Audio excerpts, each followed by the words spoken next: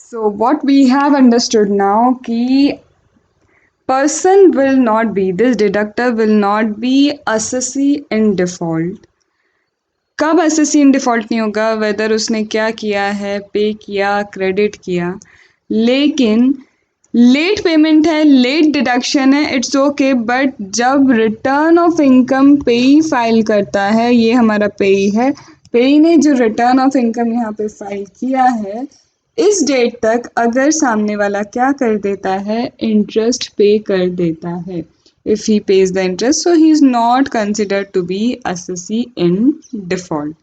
आगे बढ़ते हैं और आगे क्या कहता है हमारा जो एक्ट है, income tax act, according to the section 201 subsection 1A, यहाँ पे क्या बोला है, आपने क्या किया, as a deductor tax have been deducted, okay, tax have been deducted, but after deduction the tax has not been paid, after deduction the tax have not been paid, okay, then the amount of tax along with the simple interest shall be charged upon all the assets of deductor.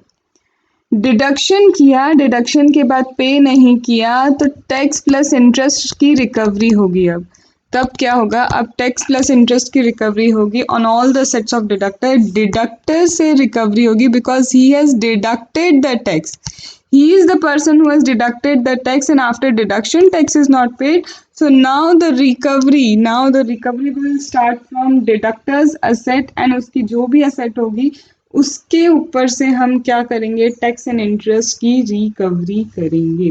Okay, now another thing is, एक बात और कही, क्या कहते हैं ये कहते हैं there should be certain time, there should be what, certain time limit. मतलब क्या मैम, किस चीज का टाइम लिमिट, सुनो अब, no order shall be made under sub section 1, no order shall be made under subsection 1 deeming a person to be assessee in default for failure to deduct whole or part of the tax from a person resident in India at any time after the expiry of 7 years from the end of the financial year in which payment is made or credit given, or 2 years from the end of the financial year in which correction statement deliver under the proviso to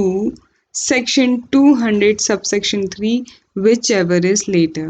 ये बहुत काम की चीज़ है, हर चीज़ की एक time limit होनी चाहिए। ऐसा नहीं है कि आप किसी भी पर्सन को क्या कर सकते हैं, किसी भी पर्सन को कभी भी क्या बोलेंगे कि इस बार तुमने गलती की है, ये किया है, अब तुम क्या करो, टैक्स का पेमेंट करो, यू कांट से दिस। तो यहाँ पे ये बोलता है no order, it is about no order, person in default आपको किसी को कहना है under subsection 1, no order under subsection 1, that is he has not deducted the tax, he has not paid, ultimately ना बिल्कुल डिडक्ट ही नहीं किया है, पे ही नहीं किया है, तो no order under subsection 1, subsection 1 में कोई भी ऑर्डर इशू नहीं होगा। This order is regarding treating a person to be assessee in default. This order is what? This order is about treating a person, deeming a person to be assessee in default, assessee in default consider करते हुए, assessee in default consider करते हुए you can't issue any order, no order can be issue treating a person to be SSC in default. ठीक है, why default, for failure, for his failure, failure of what, failure of deducting the tax wholly और at any part, कोई भी part of the tax उसने deduct ही नहीं किया है, नो डिडक्शन के केस में बोल रहा है, failure to deduct, failure to directly what deduct, अगर उसने डिडक्ट ही नहीं किया है तो यहाँ पे एक टाइम स्केड्यूल दिया है कि resident person, only for resident person अगर आप पे कर रहे हैं, रेसिडेंट पर्सन को आप क्या कर रहे हैं, पे कर रहे हैं, एंड रेसिडेंट पर्सन को पे करते वक्त यू फेल टू डिडक्ट, आपने फेलियर किया है, आपने डिडक्ट ही नहीं किया, तो यहाँ अब ऑर्डर इशू नहीं हो सकता after, after 7 years from end of financial year, after the 7 year from the end of the financial year, in which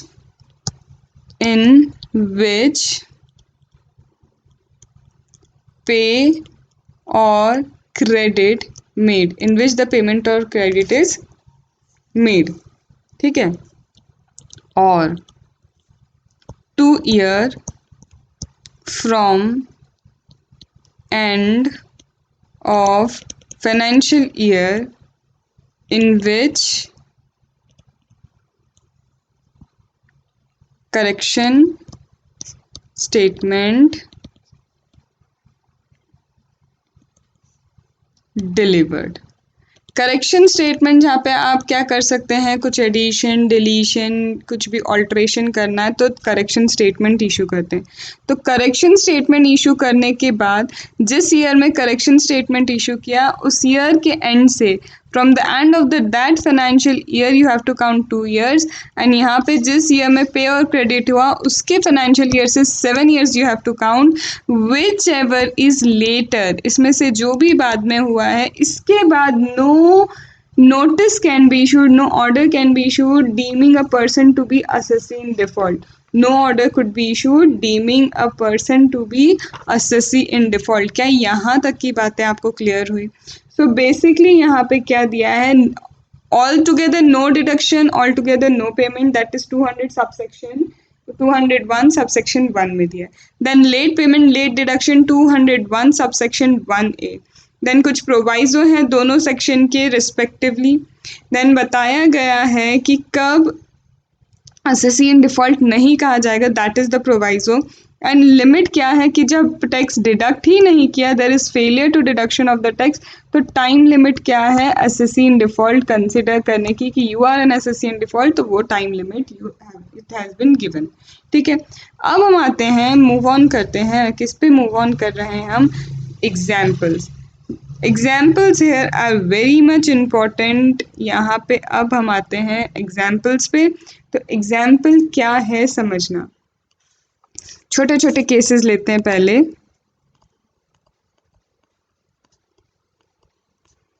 now suppose you were required to deduct TDS deduct करना था to be deducted. TDS कब deduct करना था,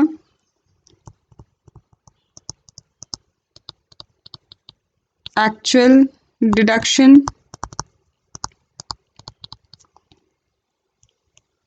to be paid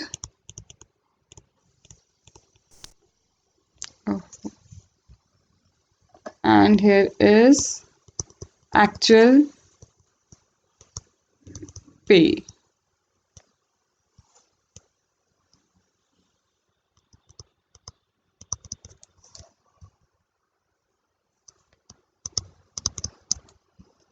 okay, तो to be paid actual paid ये सारी चीजें हैं.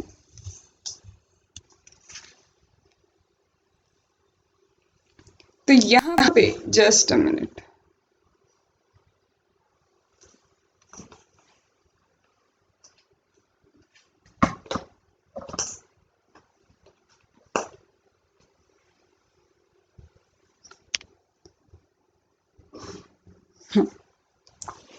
तो यहाँ पे अब हमें क्या करना है, यहाँ पे आपको केस दिया है कि कब आपको एक्चुअल में डिडक्ट करना चाहिए था लेकिन आपने कब डिडक्ट किया. तो इन सब चीज़ों पे अब हम थोड़ा सा देखते हैं कि कब कहाँ कितने पेनल्टी कितना इंटरेस्ट लगेगा. ठीक है, तो यहाँ पे let us assume one thing that TDS was required to be deducted on 10th of October 2019.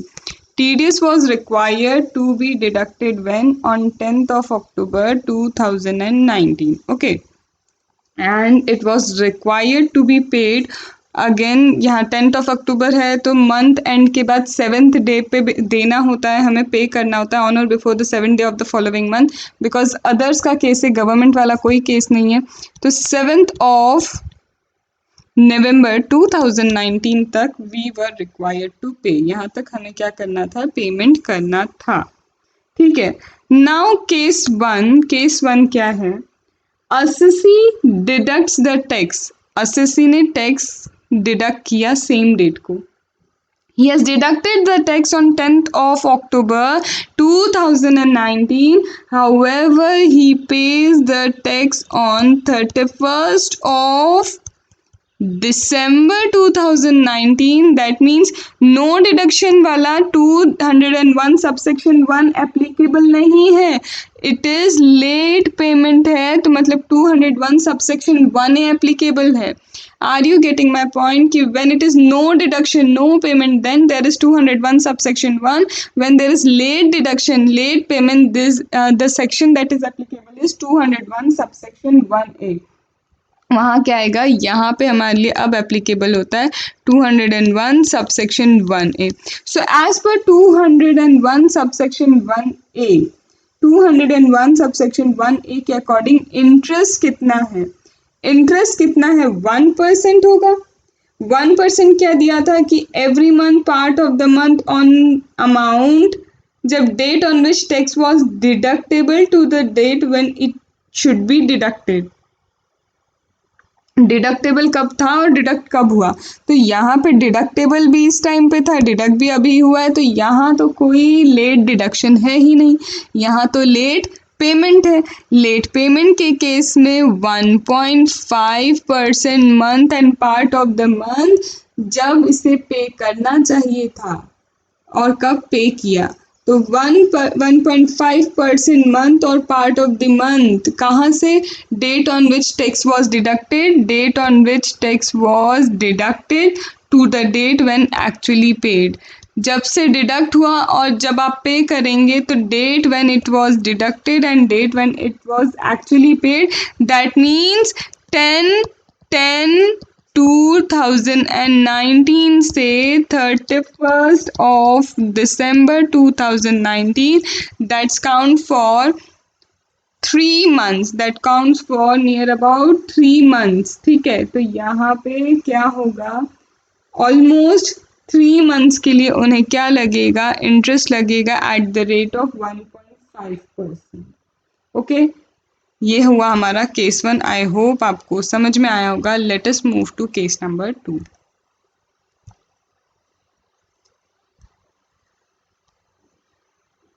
Now moving toward case number 2. Now the case number 2 is again deducted, यहाँ मैं लिख दूँ to be deducted, actual deducted, to be paid, actual paid। ठीक है, now assessee failed to deduct TDS and it deducted TDS on 31st of December 2019। Again हमें deduct तो यहीं करना था, ओके, दिस सेम डेट जब हमें डिडक्ट करना था, दिस सेम डेट जब वी वर रिक्वायर्ड टू पे।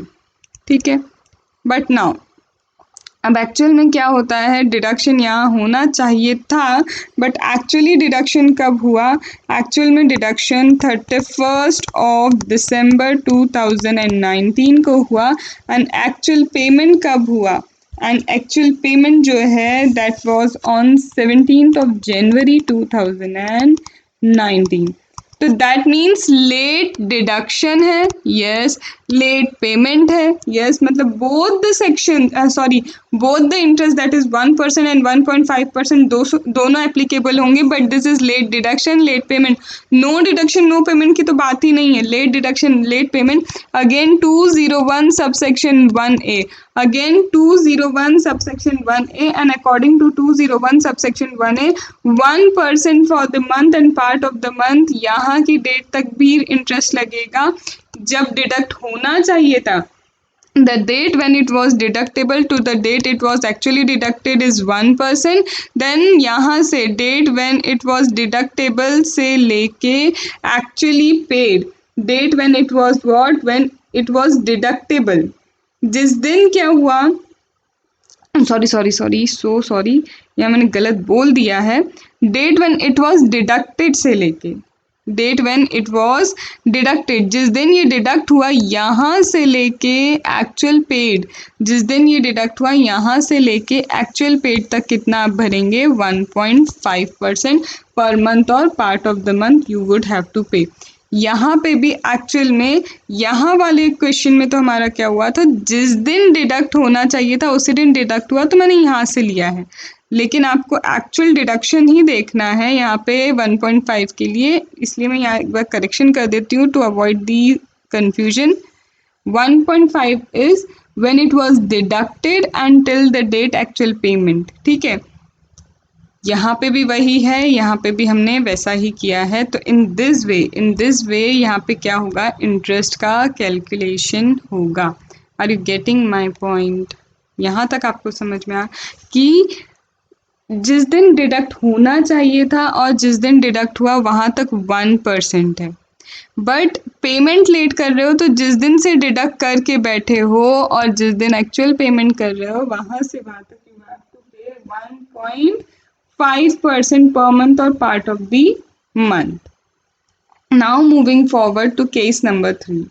Now SSC has not deducted TDS and not paid TDS. ना तो डिडक्ट किया और ना ही क्या किया है, पे किया है। No deduction no payment. Now the SSC shall be, जब नो डिडक्शन है, नो पेमेंट है, ना डिडक्ट किया ना पे किया, तो यहाँ डिफॉल्टी अंडर 201 सबसेक्शन 1 है, ना कि 201 सबसेक्शन 1A में। देयरफॉर द पेनल्टी यहाँ पे कितनी होगी, जब डिडक्ट ही नहीं किया है तो penalty for being SSC in default क्या होगी, an amount of TDS not deducted. यहाँ पे पेनल्टी लगेगी आपको। पहले तो सबसे पहले पेनल्टी क्या है, पेनल्टी जितना टीडीएस आपने डिडक्ट नहीं किया तो पेनल्टी विल बी, देखो जब आप डिडक्ट नहीं करते, पे नहीं करते, तो आपको पेनल्टी और इंटरेस्ट दोनों लगता है। Interest under 220, penalty under 221। Interest भी लगेगा, इंटरेस्ट लगेगा under section 220, however penalty under 221। और अगर पेनल्टी की बात करें तो penalty will be up to amount of TDS not deducted, penalty up to amount of TDS not deducted, up to the amount of TDS that is not deducted। and interest की बात करें तो interest would be 1%। interest will be what, interest will be 1% up to the date of order under section 201 subsection 1। Interest कितना लगेगा, interest would be 1%। 1% interest कब तक लगेगा, up to the date of order under 201 subsection 1।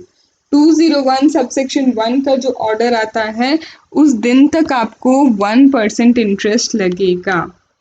ठीक है, तो interest for SSC in default shall be levied at 1% up to the date of order under 201 subsection 1। लेकिन हाँ, 201 सबसेक्शन 1 में he would not be considered as defaulty अगर प्रोवाइजोज applicable हो जाते हैं तो। ठीक है, यहाँ मेरी बात सुनो, नो डिडक्शन है, नो पेमेंट है, नो डिडक्शन नो पेमेंट में सेक्शन 201 सबसेक्शन 1 में ही इज डिफॉल्टी। जब 201 सबसेक्शन 1 में ही is default, interest plus penalty both are paid, penalty up to the amount of TDS not deducted and interest up to the order. जब 201 subsection 1 का order आता है उस ऑर्डर तक कि आपको इतना इतना पे करना है, up to the date of order वहां तक क्या होगा, 1% इंटरेस्ट पे करना होगा। कितना पे करना होगा, 1% interest have to be paid. However अगर 201 सबसेक्शन 1 में पेई क्या करता है, पेई रिटर्न ऑफ इनकम सबमिट करता है, टाइमली क्या करता है, इनकम को इनकॉर्पोरेट करके टैक्स पे कर देता है, तो he will not be considered at SSC in default.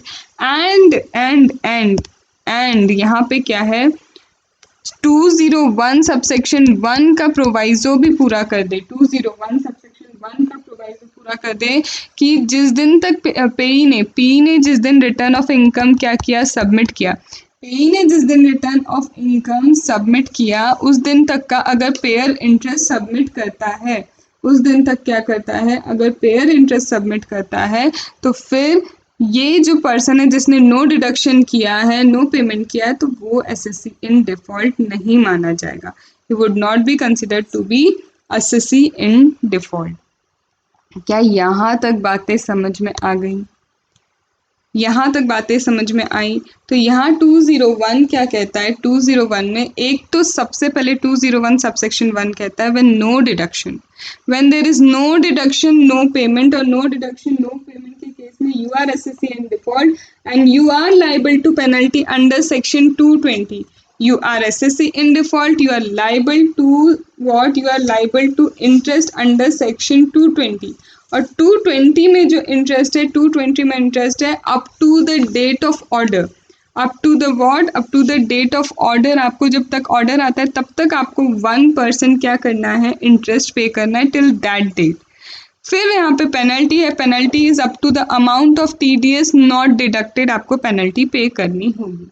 यहाँ बोलते हैं the person would not be considered to be SSC in default अगर payee return of income submit करते हैं, that income is considered by payee in his return and he has paid the tax, so this person who has not deducted not paid the tax will not be considered to be SSC in default. However, along with this, if the payer pays an interest, however, along with this, if the payer pays an interest up to the date of return of income filed by payee, in that case, what happened? In that case, he would not be considered to be SSC in default. As well as there is time limit, time limit है कि कब तक आप SSC in default declare कर सकते हैं। तो 7 years from the end of the financial year और 2 years from the issue of the correction statement, when the correction statement is deliver, उस फाइनेंशियल ईयर के एंड होने के बाद 2 years whichever is later. फिर हमने कुछ केसेस किए, 1%, 1.5% कब डिडक्ट होगा ये देखा है हमने। Now let us move towards the analysis. अब इस सेक्शन के एनालिसिस के ऊपर जाते हैं। As I told you this is going to be in detail, तो मैंने आपको पहले ही कहा था कि it will take time, because सिर्फ समझना नहीं है, यहाँ से आते हैं question and you know that question आते हैं तो हम कोई स्कोप तो छोड़ने वाले नहीं हैं। So let us come to analysis of this section. Now, let me tell you one thing. When I talk about 201 subsection 1, मैंने कहा no deduction, no payment. No deduction, या तो डिडक्शन ही नहीं किया या फिर डिडक्शन किया बट पे नहीं किया। यहाँ पे क्या है, नो डिडक्शन, यहाँ तो कोई डिडक्शन ही नहीं है, बट यहाँ तो डिडक्शन हुआ बट डिडक्शन होके पे नहीं हुआ। तो यहाँ पे लगेगा 201 सबसेक्शन 1 एंड व्हेन 201 सबसेक्शन 1 तो 202 एंड 221 एप्लीकेबल होगा फॉर 220, दैट इज पेनल्टी। 220 क्या है, sorry 220 is interest and 221 is what, penalty. ये लगेगा, यहाँ तक कोई दिक्कत, यहाँ कोई दिक्कत नहीं। अब अगर बात करें पेनल्टी की, तो पेनल्टी क्या होगी, पेनल्टी होगी TDS not deducted not paid, penalty equals to TDS, TDS not deducted, penalty equals to TDS not deducted और TDS नॉट पेड, ठीक है। एंड 220 का इंटरेस्ट है तो that is 1% per month from the date tax were deductible payable. 1% कहाँ से, when the tax was deductible, जब tax deductible था, पेबल था। 1% from the date tax was deductible, tax was payable till the date of passing in order, till the date of passing order under section 201 subsection 1, till the date of passing the order under section 1201, ठीक है। अब यहाँ पे बात सुनना, मेरी अच्छे से बात सुनना। यहाँ पे क्या हुआ, आइदर नो डिडक्शन और आफ्टर डिडक्शन नो पेमेंट, तो 201 सबसेक्शन 1 एप्लीकेबल। उसके पीछे पीछे आते 220 221 that is interest and penalty, और इंटरेस्ट पेनल्टी कितनी लगनी है ये आपको समझ में आ गया है। Now I can say the person who has failed to deduct tax or who has failed to pay the tax directly is assessee in default। यहाँ बोल दूँ जिसने डिडक्ट नहीं किया या फिर जिसने पे नहीं किया, the person who has deducted who has not deducted or the person who has not paid, not deducted not paid is assessee in default। क्या इतनी बात बोल सकते हैं? यस मैम, इतनी बात तो हम बोल ही सकते हैं। एंड अब यहाँ पे सुनो, 201 हैज बीन अमेंडेड। 201 क्या हुआ? अमेंड हुआ to incorporate the provision of 201 subsection 1 and inserted proviso 201 subsection 1।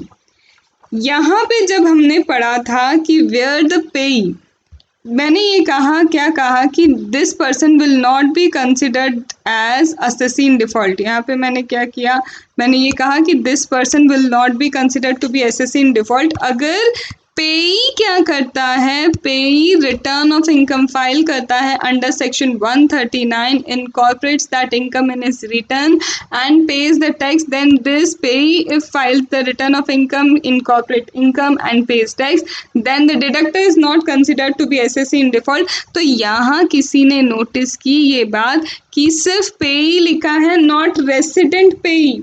That means यहाँ जो अमेंडमेंट आया, रेसिडेंट पेई पहले लिखा होता था, रेसिडेंट को हटा के सिर्फ पेई हो चुका है। That means now this section 201 sub section 1 is applicable to resident as well as applicable to non resident. The deductor cannot be treated as SEC in default where deductor has failed to pay the TDS or where deductor has failed to deduct the TDS। अब यहाँ पे deductor अगर TDS पे नहीं करता, TDS deduct नहीं करता, he would not be considered as SEC इन डिफॉल्ट। अगर क्या होगा, प्रोवाइजो दिया है 201 सबसेक्शन 1 में दैट पेई क्या करता है, रिटर्न ऑफ इनकम फाइल करता है। तो यहाँ पे amendment of this are applicable to payee deductee that is resident as well as non-resident। resident हो non-resident हो, फाइनेंस एक्ट 2019, फाइनेंस एक्ट 2019 ने रेसिडेंट पेई को हटा के resident as well as non resident payee कर दिया है। रेसिडेंट एज वेल एज क्या कर दिया, नॉन रेसिडेंट पेई। So as per the amendment that has been given in 201 subsection 1, अब जो ये 201 subsection 1 में amendment आया है उसके अकॉर्डिंग फर्स्ट प्रोवाइजो क्या कहता है, first proviso is if the deductor fails to deduct tax, अगर deductor fails to deduct the tax or wholly और पार्टली, पूरा टैक्स डिडक्ट नहीं किया या पार्ट ऑफ द टैक्स उसने क्या नहीं किया, डिडक्ट ही नहीं किया, fails to deduct, he what fails to deduct, ठीक है। then if the sum on sum paid, और ये डिडक्टर ने आइदर रेसिडेंट को सम पे किया हो या फिर नॉन रेसिडेंट को सम पे किया हो, whether the sum is paid to a resident, whether the sum is paid to non-resident or credited to the resident's account or credited to non-resident account, however this person shall not be considered to be assessee in default if resident or non-resident payee files return under 139, if resident non-resident payee has taken income under return of income and resident non-resident has paid tax on such income, ठीक है। And deductor, and फिर deductor furnish कर देगा क्या, deductor will furnish a certificate from CA certified certificate कि हाँ यहाँ पे इस पर्टिकुलर इनकम पे ऑलरेडी डायरेक्टली क्या हो चुका है, टैक्स पे हो चुका है, ठीक है। क्या ये बात समझ में आई? तो ये मेन क्रक्स था कि यहाँ पे अब रेसिडेंट नॉन रेसिडेंट दोनों के लिए ये एप्लीकेबल है, ठीक है।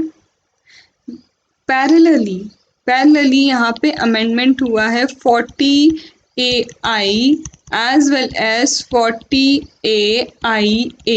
ये क्या है, जब रेसिडेंट नॉन रेसिडेंट को पे करते हैं फेल्स टू डिडक्ट TDS, तो in that case disallowance of expenditure होता है, दैट यू नो, ये हमने पीजीबीपी में करा है। तो यहाँ क्या है, where SSC fails to deduct TDS, यहाँ फेलियर टू डिडक्ट टीडीएस के लिए ही बात हो रही है, डिडक्ट ही नहीं किया तब की बात हो रही है। डिडक्ट करके पे करने वाली बात तो हो ही नहीं सकती ना, क्योंकि डिडक्ट करके आप बाद में पे करेंगे ही नहीं। तो अगर डिडक्शन करने के बाद पे नहीं कर रहे तो डायरेक्टली डिडक्टर के पास आएंगे, फिर पेई को नहीं बोलेंगे कि तुम हमें टैक्स पे करो, ये हम ऑलरेडी देख चुके हैं। यहाँ तो उसने डिडक्ट ही नहीं किया तब पेई पे करे तो चलेगा। क्या ये बात समझ में आ रही है आपको? तो यहाँ पे अब हम आते हैं 40AI पे, where assessee failed to deduct the TDS as per the provisions of chapter and he will not be treated as assessee in default अगर क्या है first proviso to 201 subsection 1 follow हो जाता है। Then for the purpose of this section, अब इन purpose के लिए क्या माना जाएगा, इट विल बी डीम्ड कि tax have been deducted. It shall be deemed that SSC has deducted and paid the tax on such sum on date of furnishing the return of income by pay. ये मान लिया जाएगा जिस दिन पेई ने return of income submit किया, जिस दिन पेई ने रिटर्न ऑफ इनकम सबमिट किया उस दिन सामने वाले ने भी क्या किया, डिडक्टर ने टैक्स डिडक्ट एंड पे किया है। दिस विल बी अज्यूम्ड, ऐसा मान लिया जाएगा। क्या यहाँ तक बात समझ में आई? यस मैम, यहाँ तक बात समझ में आ गई। नहीं आई तो मैम हम कमेंट में बिल्कुल पूछ लेंगे, ठीक है। एंड दिस पे कैन बी रेसिडेंट, दिस पे कैन बी नॉन रेसिडेंट, ठीक है। एंड अकॉर्डिंगली अब मान लिया है कि डिडक्शन हो चुका है, तो यहाँ पे फिर 40A वाला जो डिसअलाउंस ऑफ एक्सपेंस होता है वो नहीं होगा। तो let us come to another example, यहाँ पे भी कुछ एग्जाम्पल्स हम देख ही लेते हैं, ठीक है। अब this is X limited, X limited is a company, ठीक है। बट ऑब्वियस कंपनी है तो due date of filing the return of income if 30 September of the year, जो भी रेलिवेंट ईयर होगा वहां पे 30 सितंबर तक they have to file. Now this company pays following sum without deducting TDS, TDS deduct नहीं किया and without deduction of TDS they have paid to mister A who is a resident, resident को pay किया उन्होंने कितना, 5 lakh rupees they have paid to resident. Okay, now the due date of filing of return for mister A, mister A के लिए due date क्या है, 31 जुलाई। They have paid 5 lakh to resident, mister A के लिए जो ड्यू डेट है for filing the return of income is 31 July. No tax was deducted. So here now mister X जो है, मिस्टर एक्स कब ट्रीट नहीं होंगे as an SSC in default, if mister A return of income file करते हैं। If mister ए क्या करते हैं, रिटर्न ऑफ इनकम फाइल कर देते हैं और टैक्स, ये जो इनकम है ये इनकॉर्पोरेट करके टैक्स वहाँ पे कर देते हैं। अब मिस्टर एक्स के पार्ट पे यहाँ पे मतलब सॉरी मिस्टर एक्स नहीं, एक्स लिमिटेड को क्या करना होगा, X limited would not be treated as SSC in default for the payment of this 5 lakh rupees that is made to mister A without deducting TDS. अगर कंपनी क्या करती है, company 1% interest per month पे करती हैं फ्रॉम व्हेन, जब उन्होंने पे किया, पे कब किया इन्होंने, यहाँ पे कब पे किया, उन्हें जिस दिन उन्होंने पे किया उस दिन से उन्हें क्या करना है, 1% इंटरेस्ट पे करना है, 1% interest from 1st of July 2019 to 31st of August 2020। अब ये इंटरेस्ट क्यों, यहाँ पे देखो एक्चुअल में क्या हो रहा है। अब यहाँ पे क्या हो रहा है, यहाँ पे ये जो पेमेंट हुआ, ये पेमेंट हुआ सपोज करो 1st of July 2019 को, ठीक है। तो यहाँ पे क्या बोलता है, अब एक्स लिमिटेड के पार्ट से सुनो, एक्स लिमिटेड के पार्ट से बोला कि इसे जिस दिन इसने क्या किया, पेमेंट किया from the date of payment, और जब ये ए क्या करेंगे, A return of income file करेंगे, उस दिन तक उन्हें 1% पर मंथ क्या करना है, पे करना है इंटरेस्ट। तो यहाँ 1 जुलाई से 2019 एंड लेट से यहाँ पे मिस्टर ए ने 31 अगस्त को रिटर्न सबमिट किया, तो यहाँ तक he has to pay what, interest. He has to pay interest at the rate of 1% on this 5 lakh. ठीक है, एंड अगर ऐसा वो कर देता है तो this expenditure of 5 lakh will be allowed to the company in previous year. This will be allowed to the company in previous year on payment paid to the resident under 40A(IA). ठीक है, second आता है, एक और case लेते हैं जहाँ पे here 5 lakh is paid. Now 5 lakh is paid to Y Limited. That is, Y Limited is a resident company. It is a resident company. And what we are paying a professional fees. Professional fees of 5 lakh is paid to the company. Due date company के लिए क्या है, 30 November is the due date for the company. Now हमारी जो company है, company is X limited. Again X limited would not be treated as SSC in default अगर वो क्या करती है, अगेन 1% क्या करते हैं, पे करते हैं per month interest. Again suppose करो 1 जुलाई पेमेंट की डेट है वाई लिमिटेड को भी, तो 1 जुलाई से 30 नवंबर तक ऑन 5 लाख वो क्या करते हैं, पेमेंट करते हैं, क्या टीडीएस का पेमेंट करते हैं। टीडीएस का जो इंटरेस्ट पेमेंट है 1% पार्ट ऑफ द मंथ अगर वो पे करते हैं, तो यहाँ पे he would not be considered as SSC in default. Then 30% expenditure of 5 lakh shall be allowed. 30% जो डिस अलाउ होता था वो अलाउ हो जाएगा इन द प्रीवियस ईयर। वो क्या हो जाएगा, this will be allowed in previous year. ठीक है, नाउ अब यहाँ पे एक चीज समझना, क्या समझाना चाह रही हूँ मैं, कि पेमेंट कब किया, पेमेंट किया 1 जुलाई 2019 को। 1 जुलाई 2019 को पेमेंट हुआ, राइट। ये है 1 जुलाई 2019 को पे किया। रिटर्न कब फाइल कर रहे हैं, रिटर्न ये कंपनी को फाइल करना है, इसकी ड्यू डेट है 30 नवंबर। बट हमारी जो कंपनी है, हमारी कंपनी के लिए ड्यू डेट है 30 सितंबर। 1 जुलाई को पेमेंट हुआ, 30 जुलाई को वाई लिमिटेड क्या कर रही है, जिसको ट्रांसफर प्राइसिंग एप्लीकेबल है, तो वो क्या कर रही है, 30 नवंबर को रिटर्न फाइल कर रही है, और हमने फाइल किया होगा रिटर्न 30 सितंबर तक। इसका मतलब 30% यहाँ पे 2020 यहाँ पे 31/3/2020 के लिए एंड डेट पे यहाँ तो डिसअलाउ हो चुका होगा।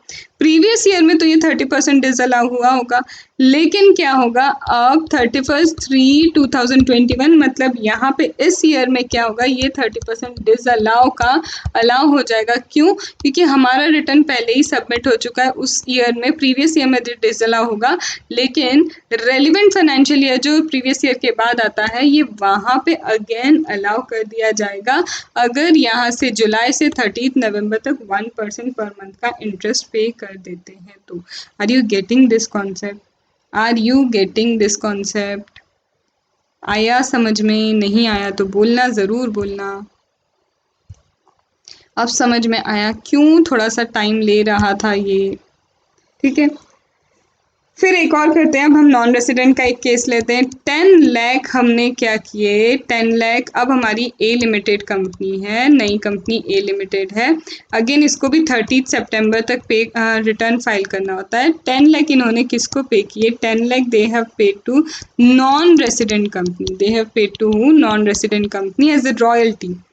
ड्यू डेट जो है non resident company that is Z limited, ये जेड लिमिटेड जो कंपनी है इनकी ड्यू डेट है 30 सितंबर।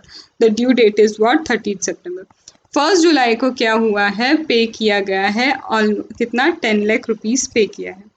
सो यहाँ पे क्या हुआ, अगर हम बात करें फाइनेंस एक्ट 2019 की, तो again A limited would not be treated as SSC in default for payment of 10 lakh that is made to Z without deducting TDS.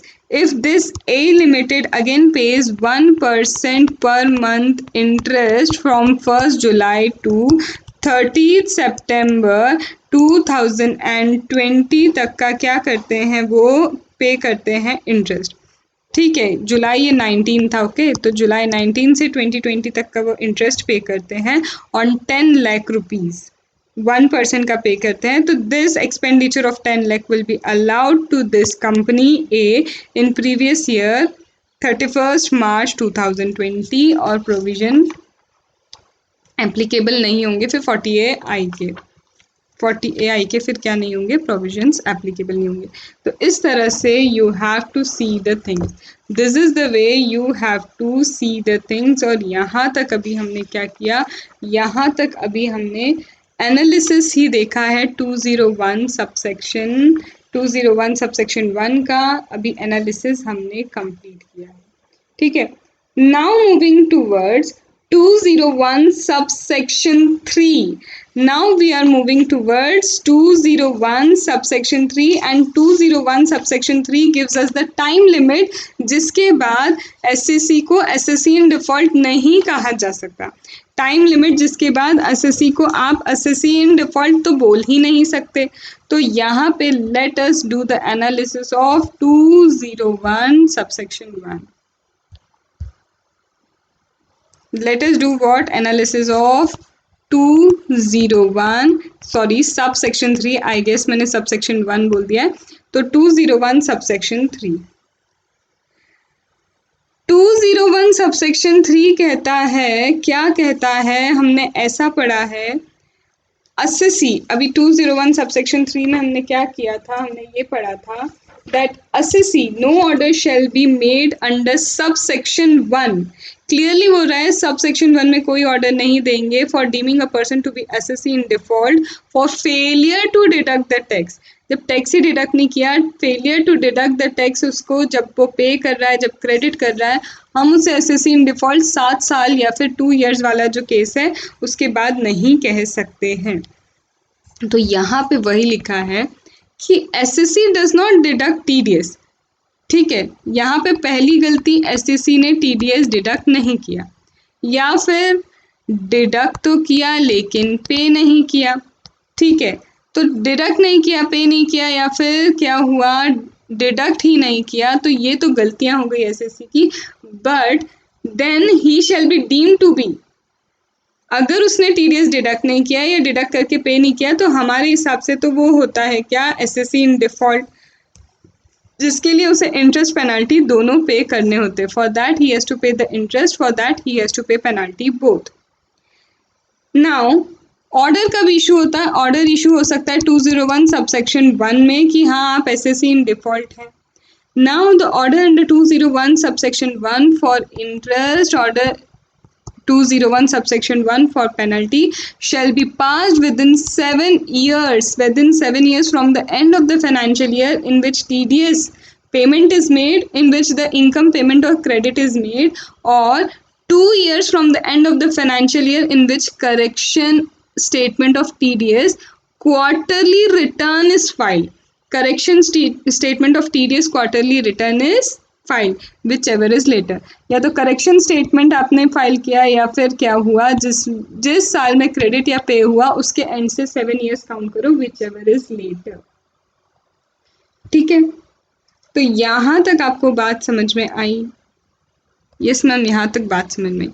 अब मैं फिर भी यहाँ पे बीच में एक चीज़ आपको 201 सबसेक्शन 1 की बताऊँ। 201 सबसेक्शन 1 एप्लीकेबल होता है या तो TDS डिडक्ट ही नहीं किया, या फिर TDS डिडक्ट किया बट पे नहीं किया। But SSC in default consider नहीं होगा, सिर्फ यहाँ पे TDS डिडक्ट नहीं किया पर डायरेक्ट पेमेंट हमारा पे ही कर देता है, तब आप SSC इन डिफॉल्ट नहीं माने जाओगे। बट पे करके, डिडक्ट करके आप पे नहीं कर रहे तो आप SSC इन डिफॉल्ट हो और आपको 201 सबसेक्शन 1 का ऑर्डर आएगा ही आएगा। डिडक्ट ना करने के लिए रेमेडी दी है, पर डिडक्ट करके पे नहीं करने के लिए कोई रेमेडी नहीं है, कोई रेमेडी नहीं है। ये बात आपको समझनी होगी। ठीक है। तो यहाँ पे इसका मतलब दोनों केस के लिए ये नोटिस ऑर्डर इशू हो सकता है। कब इशू हो सकता है? जब डायरेक्ट पेमेंट हमारा पे ही नहीं कर रहा, तो टीडीएस के रिकवरी के लिए यहाँ पे ऑर्डर 201 सबसेक्शन 1 का दोनों केस के लिए ऑर्डर इशू हो सकता है, बट डायरेक्ट पेमेंट हो जाता है तब सिर्फ इस केस के लिए ऑर्डर इशू होगा। आई ये बात? यस मैम, आ गई। अब मैंने बोला ये 7 ईयर्स की बातें मैं आपसे कर रही हूँ कि 7 ईयर्स जो है, 7 ईयर्स आपको काउंट करने। सपोज करो आप पेमेंट कर रहे हो 31st of March 2019। Suppose you are paying on 31st March 2019 and but obvious आपने टीडीएस डिडक्ट नहीं किया। तो यहाँ पे टीडीएस अगर आपने डिडक्ट नहीं किया तो ऑर्डर कब तक इशू हो सकता है पेनल्टी एंड इंटरेस्ट का? तो it could be passed up to, and भी यही है।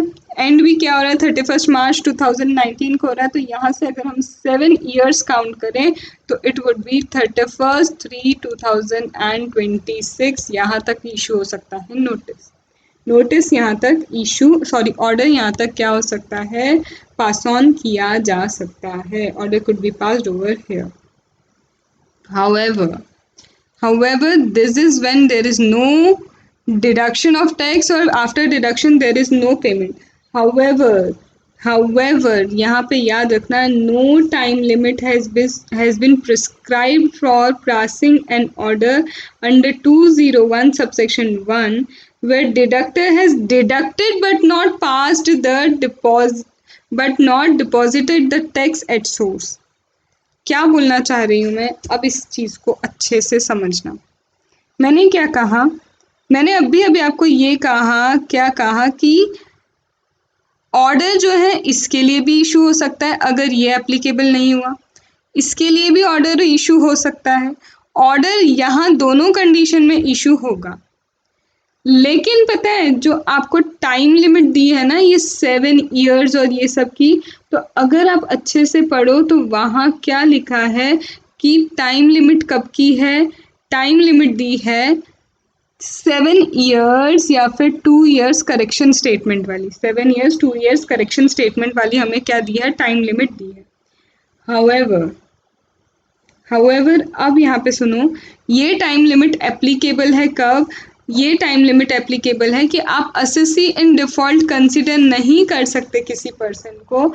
किसके बाद? No order for deeming the person to be assessee in default for failure to deduct tax. अगर उसने टैक्स डिडक्ट ही नहीं किया है तो 7 ईयर्स 2 ईयर्स का आपके पास टाइम लिमिट है। ठीक है। लेकिन ये जो टाइम लिमिट है, ये टाइम लिमिट कहाँ एप्लीकेबल नहीं है? If deductor has deducted but not deposited the tax. Deductor ने टैक्स डिडक्ट किया बट उसने डिपॉजिट नहीं किया। Deductor has deducted but not deposited the tax deducted at source, as this would be a case of defalcation of government dues. यहाँ पे वही मैं आपको क्या समझा रही हूँ, देखो ऑर्डर दोनों ही केस में इशू होगा, वो कोई दिक्कत नहीं है। अगर डायरेक्ट पेमेंट नहीं हुआ तो दोनों ही केस में ऑर्डर इशू होगा, ऑर्डर पास ऑन होगा। लेकिन जो टाइम लिमिट दी है 7 ईयर्स 2 ईयर्स की, उसमें क्लियरली लिखा है for not deduction of tax. अगर आपने टैक्स का डिडक्शन नहीं किया है तो नो डिडक्शन ऑफ टैक्स के लिए ये टाइम लिमिट है। इसका मतलब अगर आपने टैक्स डिडक्ट कर लिया लेकिन पे नहीं किया, तब ये 7 और 2 ईयर्स की टाइम लिमिट एप्लीकेबल नहीं है। There is no time limit. क्यों? क्योंकि यहाँ तो सिर्फ आपने गवर्नमेंट ड्यूज टाइम से नहीं भरे हैं, डिडक्ट तो टाइम से किया है, ड्यूज टाइम पे नहीं भरे। इसका मतलब ये जो टाइम लिमिट है सिर्फ नो डिडक्शन ऑफ टैक्स के लिए है, डिले के लिए नहीं है कि टैक्स डिडक्ट करके आप बाद में पे लेट कर रहे हैं। ये पॉइंट्स आपको याद रखने होंगे। मैं एक बार पर्टिकुलरली इस चीज़ का एक छोटा सा रिवीजन अभी और करवाऊंगी लास्ट में, बट ये पॉइंट्स आपने नहीं समझे ना तो ये समझो कि कोई मतलब नहीं है, कोई मतलब ही नहीं है पूरे चैप्टर का। तो अगर यहाँ से क्वेश्चन आ गया ना तो कंफ्यूज होना 100% हो जाता है। यहाँ तक बात समझ में कि time limit is only for deduction of tax, it is not for deducted and not paid. ठीक है। फिर second is what? Employer fail to pay tax wholly partly. 192(1)(a that is non-monetary perquisites के लिए where employer has the option to pay the tax. Now if the employer failed to pay the tax wholly partly under 192(1)(a as the employee would not have paid tax on such perquisite. Employ tax pay नहीं कर रहा है, employer ने अगर पे नहीं किया time पे, तो ये वाला लिमिट 7 and 2 years का यहाँ पे भी इस सेक्शन के लिए, इस पर्टिकुलर चीज के लिए एप्लीकेबल नहीं है. एंड डिडक्टी जो है, deductee is non resident as it may not be administratively possible to recover tax from non-resident. अगर डिडक्टी नॉन रेसिडेंट रहा, डिडक्टी कौन है? डिडक्टी नॉन रेसिडेंट है जिसको पेमेंट हमने किया, डिडक्टी नॉन रेसिडेंट है और नॉन रेसिडेंट से टैक्स रिकवरी पॉसिबल नहीं है, तो टाइम लिमिट यहाँ पे एप्लीकेबल नहीं होता. 3 things where time limit not applicable. एक तो डिडक्ट करके पे नहीं करते, दूसरा 192(1)(a, तीसरा नॉन रेसिडेंट, बिकॉज अगर non resident is the deduct it's recovery is little bit difficult, administratively not possible. तो यहाँ पे इन 3 चीज पे ये 7 and 2 years का टाइम लिमिट एप्लीकेबल नहीं होता. अब पूरा की पूरा 201 पहले रिवाइज करेंगे, फिर इस पर्टिकुलर चीज के ऊपर भी कुछ एग्जाम्पल्स देखेंगे. यहाँ पे ये समझना बहुत जरूरी है, लेट मी टेल यू, बहुत जरूरी है. सिर्फ आराम से आंखें बंद करो, सिर्फ मुझे सुनते जाओ, क्योंकि अब सिर्फ रिवाइज करवा रही हूँ और कुछ भी नहीं, तो आपको इजीली समझ में आएगा, सिर्फ सुनना है. 201 सबसेक्शन 1 पे चलते हैं. 201 सबसेक्शन 1 पे हम गए. 201 subsection 1 is about no deduction of TDS, पहली चीज, या फिर डिडक्ट तो किया लेकिन पे नहीं किया. No deduction or after deduction no payment, in both the cases it is a default. In both the cases it is a default. ठीक है, या तो डिडक्ट नहीं किया या डिडक्ट करके पे नहीं किया, दोनों ही केसेस में डिफॉल्ट है. अब ये अगर आप डिफॉल्ट करते हैं तो ये डिफॉल्ट करने के लिए 201 सबसेक्शन 1 में, in 201 subsection 1 you will be assessee in default, and if you are assessee in default तो 220 का इंटरेस्ट एंड 221 की पेनल्टी एप्लीकेबल होगी.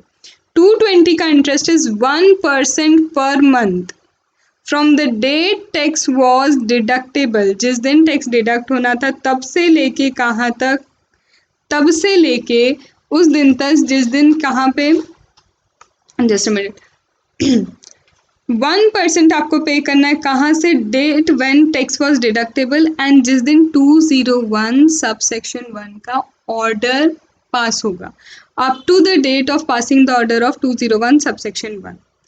क्या 201 सबसेक्शन 1 का ऑर्डर तब भी पास होगा जब टैक्स डिडक्ट नहीं किया? यस. तब भी पास होगा जब डिडक्ट करके पे नहीं किया? यस. यहाँ तक बात आई? यस. लेकिन अब रेमेडी आती है, अगर आपने टैक्स डिडक्ट नहीं किया है, if deductor has not deducted the tax, लेकिन पेयर ने टैक्स डिडक्ट नहीं किया, डिडक्टर ने टैक्स डिडक्ट नहीं किया, but payee whether resident, payee whether non resident, return of income under 139 file करते हैं, इनकम कंसिडर करते हैं, उस इनकम पे टैक्स पे करते हैं, और डिडक्टर सीए सर्टिफिकेट प्रेजेंट करता है कि ऑलरेडी इस पर्टिकुलर इनकम पे टैक्स पे कर चुके हैं, तो फिर for non deduction of TDS only, ये रेमेडी सिर्फ नॉन डिडक्शन ऑफ टीडीएस के लिए, तो वो person that deductor would not be considered to be assessee in default, that is the proviso. पहली चीज.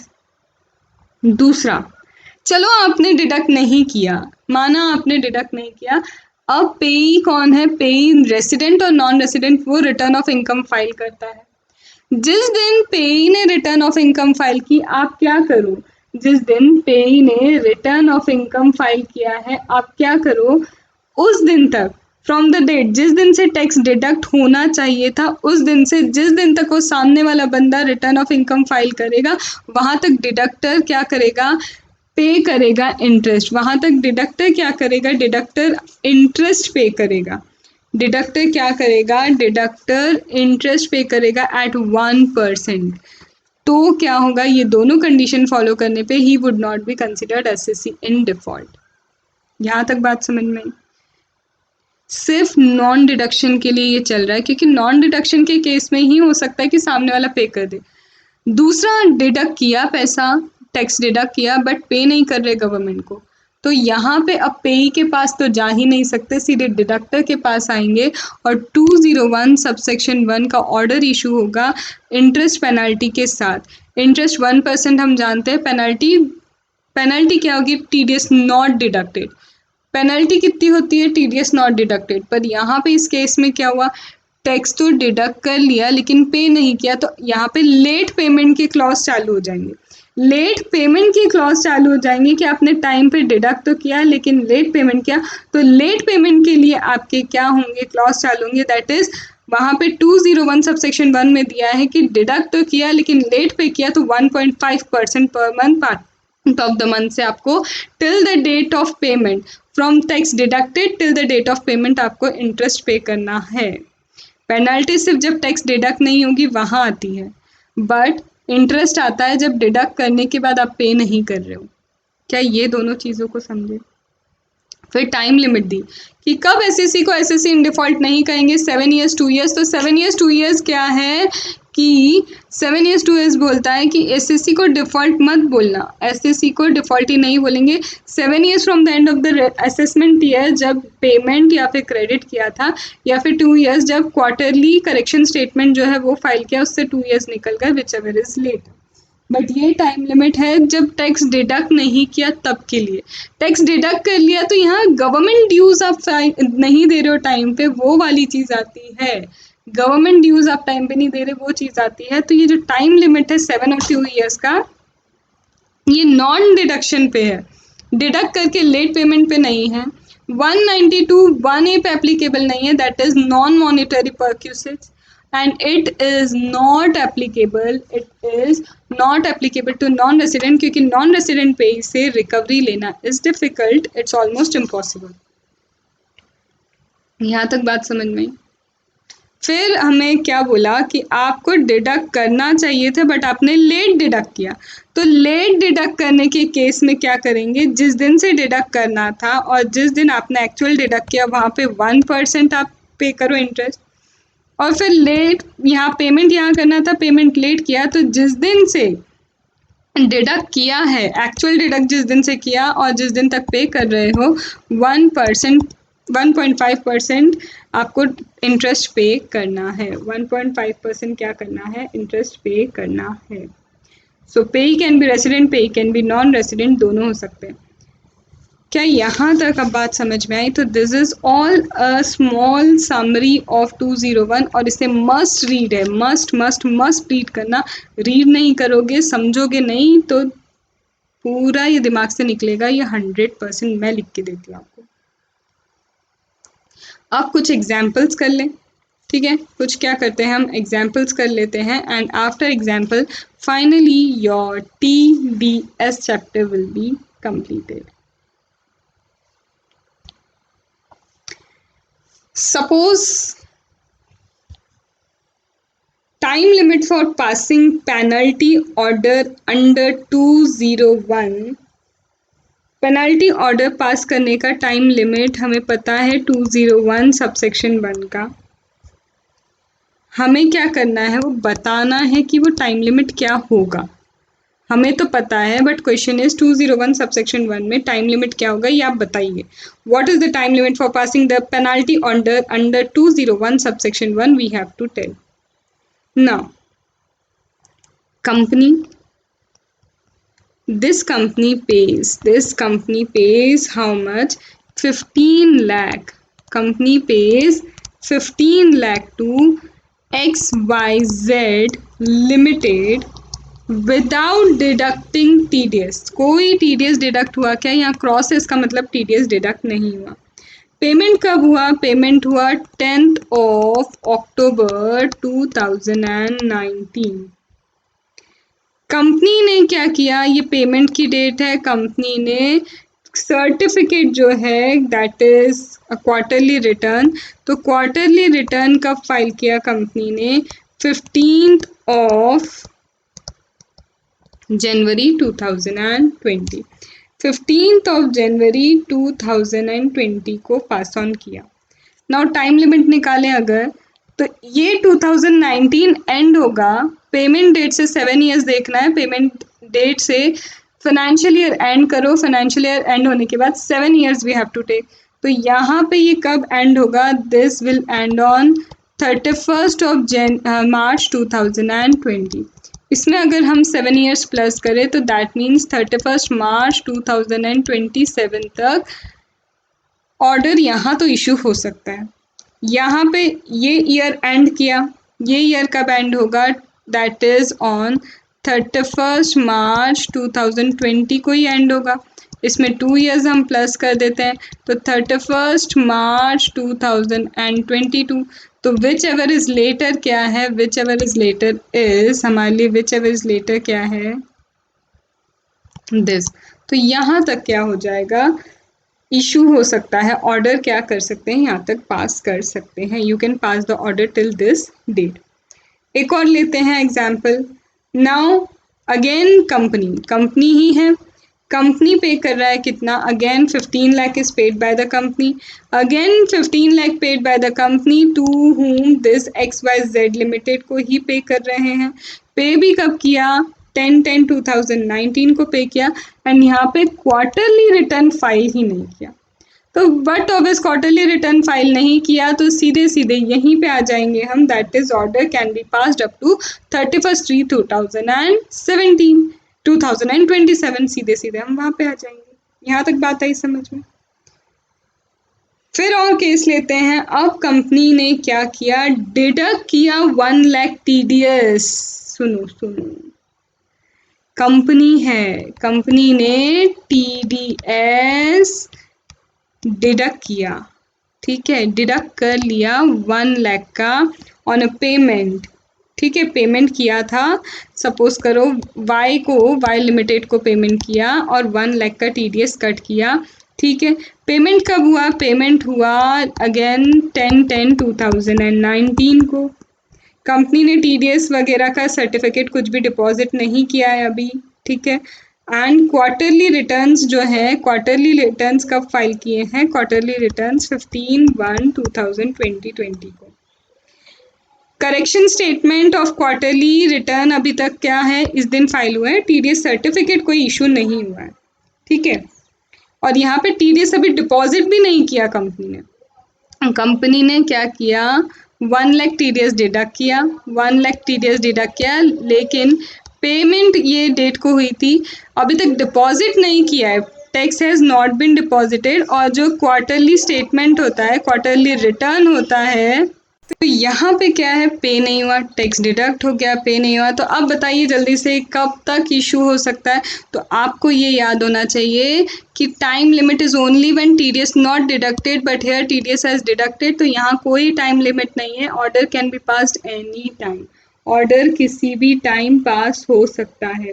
इनफैक्ट अगर यहाँ पे पेमेंट जो है, पेमेंट नॉन रेसिडेंट को हो जाता, तो सपोज यहाँ पे ये 15 लाख का पेमेंट एक नॉन रेसिडेंट को हो रहा है, नॉन रेसिडेंट को पेमेंट हो रहा है, एंड नॉन रेसिडेंट को पेमेंट के बाद क्या हुआ है, कंपनी ने 15 लाख पे किया, नॉन रेसिडेंट को कोई टैक्स डिडक्ट नहीं किया, कोई टैक्स ही डिडक्ट नहीं किया। तो कंपनी क्या कर रही है, कंपनी यहाँ पे ठीक है इस दिन 15 को यहाँ पे क्वार्टरली रिटर्न भी फाइल कर रही है, लेकिन फिर से कोई टाइम लिमिट नहीं है। क्यों, क्योंकि एडमिनिस्ट्रेटिवली ये पॉसिबल नहीं होता है नॉन रेसिडेंट से आप रिकवरी लो, तो इसलिए वहाँ टाइम लिमिट कुछ भी नहीं दिए। कभी भी एनी टाइम कभी भी क्या हो सकता है, ऑर्डर पास किया जा सकता है, no time limit has been given over here, ठीक है। फिर नॉन मॉनिटरी परक्यूसिट्स पे अगर कंपनी पे कर रही है टैक्स तो भी कोई टाइम लिमिट नहीं है, क्योंकि ये सारी सिचुएशन हमें ऑलरेडी दे के रखी है कि यहाँ पे भी कोई टाइम लिमिट नहीं होगा। क्यों, क्योंकि नॉन मॉनिटरी परक्यूसिट है, एम्प्लॉयर को भरना है, तो यहाँ पे कोई भी, यहाँ बोला है कि एप्लीकेबल नहीं होगा टाइम लिमिट, यहाँ टाइम लिमिट क्या होगा, एप्लीकेबल नहीं होगा। So this is all about 201 and I hope आपको ये डिटेल में समझ में भी आया होगा, अच्छा भी लगा होगा। नहीं लगा तो डिसलाइक ज़रूर कर देना, और अच्छा लगा तो लाइक कर देना, कोई दिक्कत नहीं है, क्योंकि honest feedback is required. Honest feedback नहीं होंगे तो इम्प्रूवमेंट का स्कोप ही ख़त्म हो जाता है, राइट? ठीक है, तो चलो, this is something that we have done with. Then एक आध छोटा मोटा सर्कुलर और है, that is circular 11/2017, that is consequence of failure to deduct और पे टैक्स। कुछ गाइडलाइंस है इंटरेस्ट वेवर की कि इंटरेस्ट कब वेवर हो सकता है, तो ये एक बार आप पढ़ लेना, that's not so very important, but हाँ सर्कुलर 11/2017 आप एक बार पढ़ लेना ज़रूर से। वेयर रिडक्शन और वेवर ऑफ इंटरेस्ट, जो इंटरेस्ट हम चार्ज करते हैं 201 सबसेक्शन 1A में या फिर 201 सबसेक्शन 1 में, जितना भी ये इंटरेस्ट ऑर्डर वगैरह जो भी चार्ज होता है, कुछ जगह पे रिडक्शन पॉसिबल है इंटरेस्ट का, कुछ जगह पे इंटरेस्ट का रिडक्शन पॉसिबल नहीं है। At some places reduction of interest is possible, at some places reduction of interest is not possible. तो एक ये circular 11/2017 you have to आपको क्या करना है, एक बार देखना है, ठीक है। यहाँ तक आई बात समझ में। अब कुछ पेनल्टी अभी और बची है हमारी, अभी नहीं खत्म हुआ है, कुछ पेनल्टी और बची है, that is in respect of quarterly return of TDS. ये जो हम रिटर्न वगैरह फाइल करते हैं, तो रिटर्न वगैरह फाइल अगर टाइम पे नहीं होते हैं, डिफ़ॉल्ट अगर किया रिटर्न फाइलिंग में, क्वार्टरली रिटर्न फाइलिंग में, तो वहाँ पे क्या पेनल्टी आती है, बस ये लास्ट हमको देखना है। And this is for TDS as well as TCS both. TCS TDS दोनों के लिए ही ये क्या होता है, एप्लीकेबल होता है। तो 5 minutes more and then finally TDS would be completed. I know it has been lengthy for you, but let me honestly tell you one thing. If you skip this part, you are skipping something that was really very important. And आप ICI को तो जानते हो कि वो ऐसी ही चीज़ों से पूछती है और हमें फिर लगता है कि अरे यार इतना सिंपल चीज़ अगर हम छोड़ के आ गए हैं, है डिटेल है, थोड़ा सा इधर उधर भी है, थोड़े से पॉइंट्स भी हैं जो याद रखने, बट कर सकते, जब इतना याद कर लेते तो ये सड़ी सड़ी सी चीज़ें क्या ही है हमारे सामने, है ना। चलो अब लास्ट सिर्फ 5 मिनट का बचा है, बहुत ज़्यादा नहीं है, सिर्फ 5 मिनट्स का। Penalty in respect of quarterly return of TDS TCS and penalty. TDS TCS के रिस्पेक्ट में पेनल्टी किस चीज़ की, फॉर क्वार्टरली रिटर्न में कुछ गड़बड़ होती है पेमेंट में, सॉरी फाइल करने में, या फिर कुछ इनकरेक्ट आपने इन्फॉर्मेशन दी, देखते हैं क्या क्या है, तो उसके रिस्पेक्ट में अब हम बातें करने जा रहे हैं। तो क्वार्टरली रिटर्न के रिस्पेक्ट में penalty for TDS as well as TCS, let us come to first, that is 234E. What is this 234E? 234E is about default in furnishing quarterly return. Default in furnishing what? The quarterly return of TDS TCS. दोनों TDS TCS के लिए ही है. Now what? It is applicable to quarterly return, as we know that it is what applicable to quarterly returns, right? Quarterly returns के लिए ये applicable है, that we know, चाहे वो टीडीएस का हो या फिर टीसीएस का। Now the person fails to deliver quarterly return of TDS TCS within time, he fails to deliver the return quarterly return, but obvious fails to deliver TDS TCS quarterly return within the time that has been prescribed, then penalty लगेगी भाई साहब को। कितनी penalty लगेगी? 200 rupees per day 200 rupees लगेगी till the time failure continues, till failure continue, ठीक है। अब यहाँ पे क्या याद रखना, this 200 per day till the time failure continue cannot exceed TDS TCS, cannot exceed what? It cannot exceed the amount of TDS, the amount of TCS deductible. जितना deduct करना था फॉर द क्वार्टर, उस quarter में जितना deductible TDS TCS है उससे ज़्यादा exceed नहीं हो सकता। क्या ये ठीक है? Now this fees of 234E ये लगेगी in addition to 271H। 271H अभी हम यहाँ पे करेंगे कि ये 271H क्या है।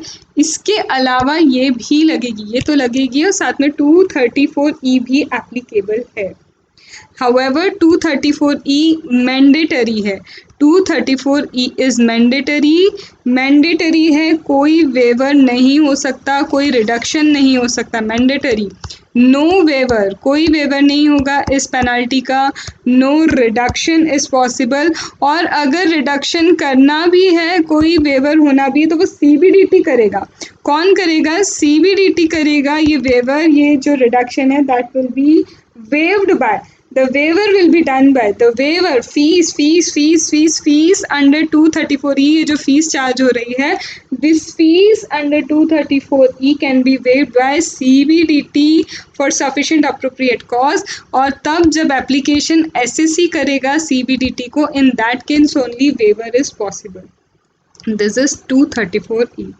यहाँ कोई दिक्कत नहीं आएगी, ठीक है। But talking about 271H, 271H is he fails to deliver the return here, but here there is delay in return. Here there is delay in filing the returns. It is about delay in filing return. Okay. और या फिर incorrect information in return, or about incorrect information in return. It is about what? Incorrect information in return. Now 271H provides that, 271H कहता है कि if you have delay in filing the return, if there is incorrect information in the return, this 271H would be applicable। ठीक है। Now आगे यहाँ जो penalty है, this penalty can be minimum, here the penalty can be minimum 10,000 और it can extend to, this penalty can extend to 1 lakh. Minimum 10,000 and extension कितना है? 1 lakh. Minimum 10,000 and extension could be 1 lakh। Okay, again this penalty is mandatory, no waiver। here there is no waiver, ठीक है। and this penalty is levied by AO, that is assessing officer। this penalty levied by AO, assessing officer, and there is no waiver possible। however अब जो समझने वाली बात आ रही है वो समझना इसके लिए, notwithstanding this section provides that, notwithstanding that no penalty shall be levied for delay in delivering the quarterly return of TDS TCS if person proves। अगर person कुछ प्रूफ करता है, और वो क्या प्रूफ है? if the person proves, क्या proof कर रहा है person ये कह रहा है कि आफ्टर पेइंग टैक्स डिडक्शन और कलेक्शन, जो भी TDS या फिर TCS सामने वाले को पे करना था, he has paid with the fees that is given in 234। 234E जो है, 234E की फीस सामने वाले ने भर दी है। आई गेस यहाँ पे मैंने 234E लिखा है, यस। 234E की फीस सामने वाले ने भर दी है, एज वेल एज 201 का इंटरेस्ट भी ही हैज़ गिवन। 201 का इंटरेस्ट भी सामने वाले ने दे दिया है to the credit of central government. And साथ ही में and he has filed quarterly return, और जो क्वार्टरली रिटर्न है, quarterly return he has filed before the expiry, quarterly refund filed before expiry of 1 year from prescribed time limit for filing the return file करने के लिए जो prescribe time था, तो before the expiry, let me write it, before the expiry of 1 year from the time limit that is prescribed, from the time limit prescribe from filing quarterly return, उसने return 1 year के पहले ही file कर दिया, TDS TCS with fees and interest पे कर दिया है, तो इन दैट केस 271H की पेनल्टी एप्लीकेबल नहीं होगी। No penalty under 271H for delay in furnishing quarterly return. Delay के लिए 271H नहीं लगेगा। Are you getting? एक तो उसको TDS TCS जो भी था वो पे करना है, फीस पे करनी है एंड इंटरेस्ट पे करना है, तो दिस वुड नॉट हैपन, फिर पेनल्टी नहीं लगेगी। So this is all about your TDS TCS, पूरा कंप्लीट होता है आज हमारा। और आपको एक आपके लिए दिया है मैंने सर्कुलर 11/2017, दैट इज़ ईजी, आप पढ़ सकते हो। उसमें बताया है कब वेवर हो सकता है इंटरेस्ट का, कब वेवर कुछ कंडीशन बेस्ड ही होगा कि आपको प्रिंसिपल अमाउंट पे करना है, उसके बाद ही आपको रिडक्शन मिलेगा कौन कौन से सेक्शन में, तो दैट इज़ समथिंग ईजी, आप कर सकते हो। नहीं आता तो आप बताना, मैं सेपरेटली एक वीडियो में आपको ये भी बता दूँगी। तो अगर आप बस एक चीज़, अगर आप ये पार्ट मिस करने की सोच रहे हैं, looking to the length of the video, you are making a big blunder for TDS. You are making a big blunder for TDS. ठीक है, तो चलो, we have completed TDS and let me see the vote poll today. Already Insta पे, क्योंकि अब video late upload हो रहा है, इंस्टा पे ऑलरेडी 80% इंटरनेशनल टैक्सेशन के लिए वोट हो गया है। 20% were the people who wanted various entities, तो यहाँ पे भी आप कमेंट कर दो। इन केस अगर यहाँ पे आपको इंटरनेशनल टैक्सेशन से ज़्यादा वेरियस एंटिटी चाहिए तो I will upload that. And उसके बाद आपको बस एक ही चीज़ मेरी याद रखनी है, पॉजिटिव रहो, क्यूमुलेटिव रिविजन करो, समरी नोट्स बनाओ एंड प्रैक्टिस करो, that is it, okay. And बाकी की फालतू चीज़ों में हमें नहीं जाना है, नहीं जाना है, नहीं जाना है। हम वर्ड्स में से बेस्ट निकालेंगे ही निकालेंगे, ठीक है। चलो, अभी के लिए ये वीडियो एंड करते हैं, आपको अभी अपलोडेड मिल जाएगा। So hope you would like the video, और अगर वीडियो अच्छा लगा तो बिल्कुल लाइक करना, और अच्छा नहीं लगा तो डिसलाइक करना। वैसे भी एक पता नहीं कौन है, जैसे ही मेरा वीडियो अपलोड होता है विद इन 1 और 2 सेकेंड्स, मतलब सामने वाला ऐसा लगता है वेट कर रहा है कि वीडियो आया कि मुझे डिसलाइक क्लिक करना है, वो सुनता भी नहीं है या सुनती भी नहीं है, जो भी है मुझे नहीं पता, बट उसे नहीं पता ही इज़ ऑल्सो और she is also motivating me. क्यों? क्योंकि दे आर हेटर्स, और अगर जब आपके हेटर्स आने लग जाएं that means you are doing something great. मतलब विद इन 10 सेकेंड अगर कोई डिसलाइक कर रहा है दैट मीन्स वो सुन नहीं रहा, उसे सिर्फ उसका एजेंडा ही यही है कि वीडियो आते से उसे डिसलाइक करना। And thank you to him her जो भी है, thank you very much, because you are making me even stronger कि अब तो मुझे और अच्छा करना है, क्योंकि I am getting a list of haters and that is good. चलो, पढ़ते हैं और अब वेट करते हैं इंटरनेशनल टैक्सेशन। अभी तक तो जो प्रोबेबल वोट्स हैं उसके according international taxation I will be starting from the scratch, और वो पढ़ के आपको ऐसा लगेगा वाह क्या समझ में आया है, ठीक है। सो वेट फॉर दैट।